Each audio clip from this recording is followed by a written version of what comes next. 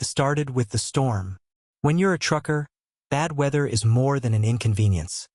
It's a harbinger of danger. This one rolled in out of nowhere, the kind that turns the highway into a sheet of black glass, rain slicing down in heavy curtains. I was on a long haul, miles of empty road ahead, and a tight deadline forcing me forward. The rig groaned under the weight of my load, a trailer packed with steel beams, and every gust of wind pushed me closer to the edge of my lane. Out there, in the middle of nowhere, the isolation gets to you. The CB radio was silent, my usual chatter with other drivers absent. Even the playlist I relied on to keep my mind busy wasn't cutting through the eerie silence of the cab. Then I saw the hitchhiker. I don't stop for anyone. Not since my early days on the road when a buddy of mine vanished after picking someone up. But this guy wasn't on the shoulder. He was standing dead center in the road, facing my truck, soaked to the bone. The rain blurred his outline, but I could see he wasn't moving.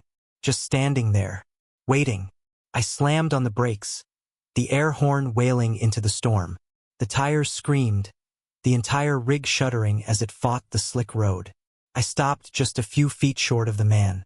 Heart pounding, I leaned on the horn again, expecting him to move. He didn't. Something about him wasn't right. His posture was off, too rigid like a mannequin that had been propped upright. His face was pale, eyes reflecting the headlights in an unnatural way. I couldn't see his features clearly, but the intensity of his stare sent a chill down my spine. I didn't get out. No way. I just rolled down the window slightly and shouted over the rain. "Hey, you need help or what?" He didn't respond, didn't even blink, just stood there. I should have driven off. Everything in me screamed to get moving, but before I could act, he turned his head slowly, unnaturally slow, toward the passenger side of the cab. And that's when I heard it. A soft scratching sound, like nails dragging over metal. It was coming from the other side of the truck. My pulse quickened, my breath fogging the inside of the cab as I turned to look. Nothing, just rain streaming down the windows. When I turned back, the hitchhiker was gone. The road ahead was empty, save for the sheets of rain slamming against the asphalt. I sat there for a moment, gripping the wheel so tight my knuckles went white. The scratching sound came again, this time louder. It wasn't on the window anymore. It was on the trailer. I threw the truck into gear and punched the gas. Whatever was happening, I wasn't sticking around to find out. The rig roared as it picked up speed, water spraying up in thick plumes from the tires. I kept glancing at the side mirrors, expecting to see something or someone climbing onto the trailer. But there was nothing, only darkness. The CB crackled to life, a burst of static cutting through the tension. I snatched the mic. "Anyone out there? This is Greenhorn, southbound on I-80. Over." The response came immediately, but it wasn't a voice I recognized. It was low, distorted, and tinged with static. "You can't outrun it." I slammed the mic back onto its cradle, heart hammering. My headlights caught movement up ahead, a figure darting across the road. I barely swerved in time to avoid it, the trailer fishtailing behind me. My pulse thundered in my ears as I struggled to regain control. The CB crackled again. "You're wasting time." I didn't respond. Couldn't. My throat was dry, my hands clammy against the wheel. Whatever was happening, it wasn't natural. I was a rational man, a realist, but this was something else entirely. The scratching noise came back, louder than ever. It wasn't on the trailer anymore. It was on the roof of the cab. The weight of something or someone shifted above me, the creaking of metal unmistakable. I couldn't bring myself to look up. My mind raced through possibilities, none of them good.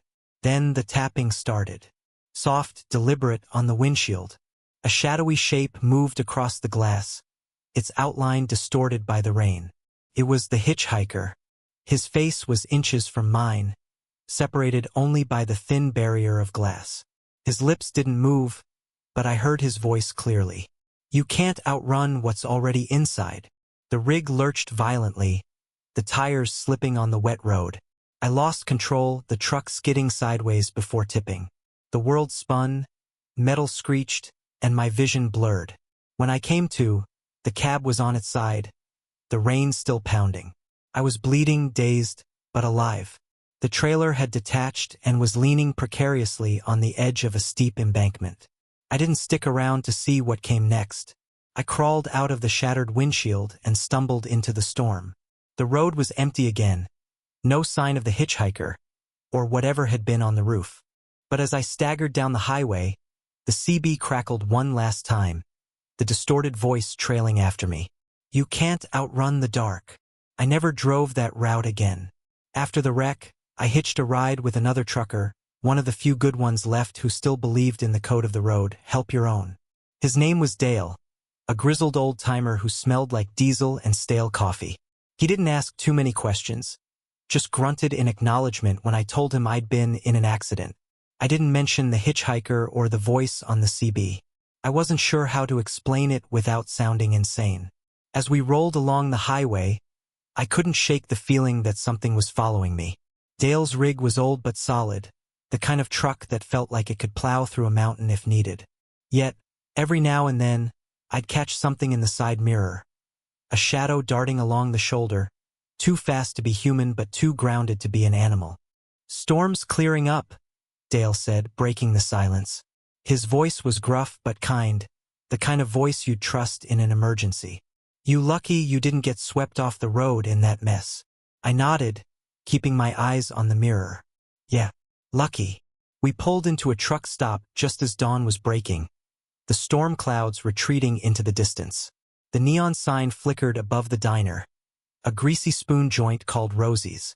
A few rigs were parked in the lot, their drivers inside grabbing coffee or catching a quick nap. Felt normal, comforting. Like the nightmare on the road had been nothing more than a bad dream. Dale gave me a pat on the shoulder as we climbed out of the cab.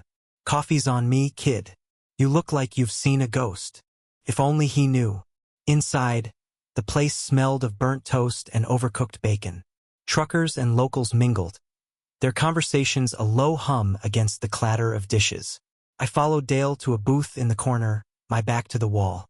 I needed to see the room, make sure no one, or nothing, was creeping up on me. The waitress came over, pouring us both coffee without asking. She looked tired, her hair pulled back into a messy bun, but she smiled like she cared. "What can I get you boys?" Dale ordered the usual eggs, hash browns, and enough bacon to clog an artery. I just asked for toast. My stomach was in knots, and the idea of eating made me queasy. As she walked away, Dale leaned in. "So, you gonna tell me what really happened out there?" I froze. "What do you mean?" He sipped his coffee, eyes narrowing. "I've been on the road 40 years. Seen my share of accidents, bad weather, and bad luck. But you got the look. The one that says it wasn't just a jackknife or a hydroplane." I opened my mouth to lie, to tell him it was nothing, but the words wouldn't come. The memory of the hitchhiker, the voice, the tapping on the windshield, it was all too vivid. Before I could respond, the door to the diner swung open, and every head turned. A man walked in, soaking wet despite the fact that the storm had passed hours ago. His clothes were old, tattered, like something out of another decade. But it was his face that made my blood run cold. It was the hitchhiker. He didn't look at anyone, didn't speak. Just walked to the counter and sat down, water pooling at his feet. The waitress went to take his order, but he ignored her, staring straight ahead. She frowned and moved on, muttering something under her breath. "Hey," Dale said, nudging me. "You all right? You're white as a sheet." I couldn't tear my eyes away from the man at the counter. "That's him." Dale followed my gaze. "Who?" "The guy in the road." Dale's expression darkened. "You're sure?" Before I could answer, the hitchhiker turned his head ever so slightly, his eyes meeting mine. They weren't human. Too bright, too reflective, like the glow of headlights on a wet road. A slow smile spread across his face, and my heart sank. I stood up, knocking over my coffee. "We need to go." Dale frowned. "What are you talking about?" "Now," I hissed, grabbing his arm. The other patrons were starting to notice, their conversations dying down as they glanced between me and the man at the counter. The hitchhiker stood, his movements deliberate, almost mechanical. He turned toward me, that eerie smile never wavering. I bolted for the door, dragging Dale with me. The second we stepped outside, the air changed. It was cold, bitterly so, and the lot was eerily silent. The other rigs were gone. So was Dale's. "What the hell?" Dale started, but I cut him off. "He's not human," I said, my voice trembling. "We need to get out of here." The diner door creaked open behind us, and I didn't need to look to know who it was. "Run," I whispered. "Just run." Dale didn't need convincing. We sprinted across the truck stop lot, the gravel crunching under our boots. My lungs burned, and my legs felt like they were moving through molasses, but I didn't dare look back. I could feel him behind us, his presence pressing down like a weight on my chest. Ahead, the faint outline of a rest area building came into view, a squat, concrete structure with a flickering security light over the entrance. It wasn't much, but it was something. We charged toward it, slamming through the door and locking it behind us. Inside, the air was stale, the fluorescent lights casting a sickly glow over the peeling walls and cracked tile floor. It was eerily quiet, save for our ragged breathing. Dale leaned against the wall, clutching his chest. "What in the hell was that?" I didn't answer. My eyes were on the door, waiting for it to burst open. But it didn't. The handle didn't rattle, the wood didn't splinter. It was as if the hitchhiker had vanished. Dale straightened, his face pale but resolute. "All right, kid. You're gonna tell me what's going on, right now?" I ran a hand through my hair, trying to steady my voice. "I don't know what he is. He showed up on the road, and weird things started happening. The CB, the noises, the wreck. It's like he's hunting me." Dale frowned, his brow furrowing. "Hunting you? Why?" "I don't know," I snapped, my voice echoing off the walls. "But he's not human, Dale. You saw him." Dale was about to respond when the lights flickered. Once, twice, then went out entirely, plunging us into darkness. I felt a wave of dread wash over me. "He's here," I whispered. A low scraping sound echoed through the room, metal against tile. My heart pounded as I fumbled for my phone, its weak flashlight cutting through the gloom. The beam landed on Dale's face, his eyes wide with fear. "What is that?" he whispered. The scraping grew louder, closer. I swung the light toward the sound, and my blood turned to ice. The hitchhiker was there, standing in the center of the room. But he wasn't alone. Shadows moved around him, twisting and writhing like living things. Their shapes were impossible, limbs bending in ways that defied logic, eyes glowing like embers in the dark. The hitchhiker smiled, his teeth gleaming unnaturally white. "You can't run forever." Dale swore under his breath, grabbing a metal trash can and hurling it at the man. It passed through him as if he were made of smoke, clattering uselessly to the floor. "Move!" I shouted, pulling Dale toward the back of the room. There was a maintenance door, our only chance.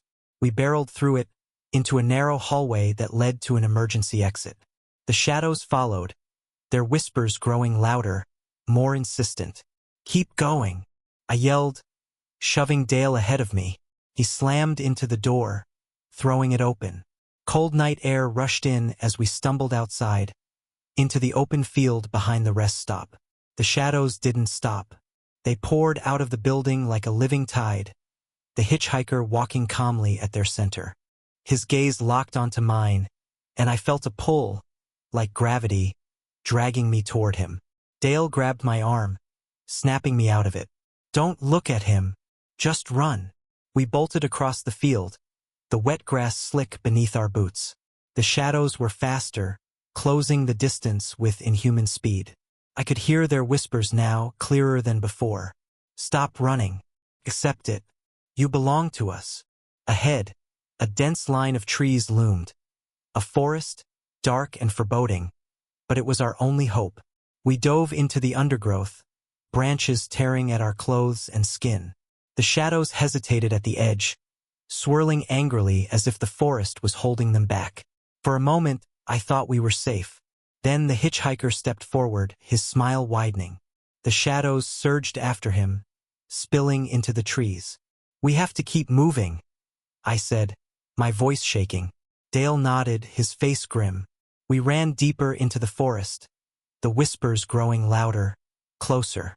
My legs burned, and my lungs felt like they would burst, but I couldn't stop. Not now. Suddenly, Dale stumbled, crashing to the ground. I turned back, grabbing his arm. "Come on. We're almost there." "Go," he gasped. "I'll hold them off." "No way," I said, pulling him to his feet. "We're getting out of this together." The shadows closed in, the hitchhiker's figure towering above them. His voice cut through the chaos, calm and menacing. "You can't escape. This is where it ends." "No," I muttered, my mind racing. My eyes landed on a clearing up ahead, moonlight filtering through the trees. Something about it felt safe, sacred, almost. "Over there," I shouted, dragging Dale toward the light. The shadows recoiled as we crossed into the clearing, their whispers turning into screams. The hitchhiker stopped at the edge, his smile fading. "You can't stay there forever," he said, his voice echoing unnaturally.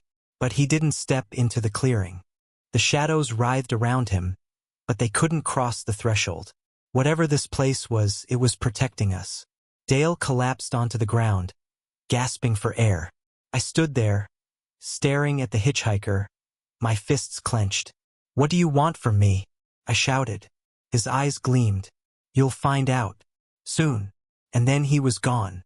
The shadows dissolved, and the forest fell silent. We didn't wait to see if he'd come back. As soon as we could walk, we made our way to the nearest road and flagged down a passing car. I don't know who that driver was or why they stopped, but I'll always be grateful.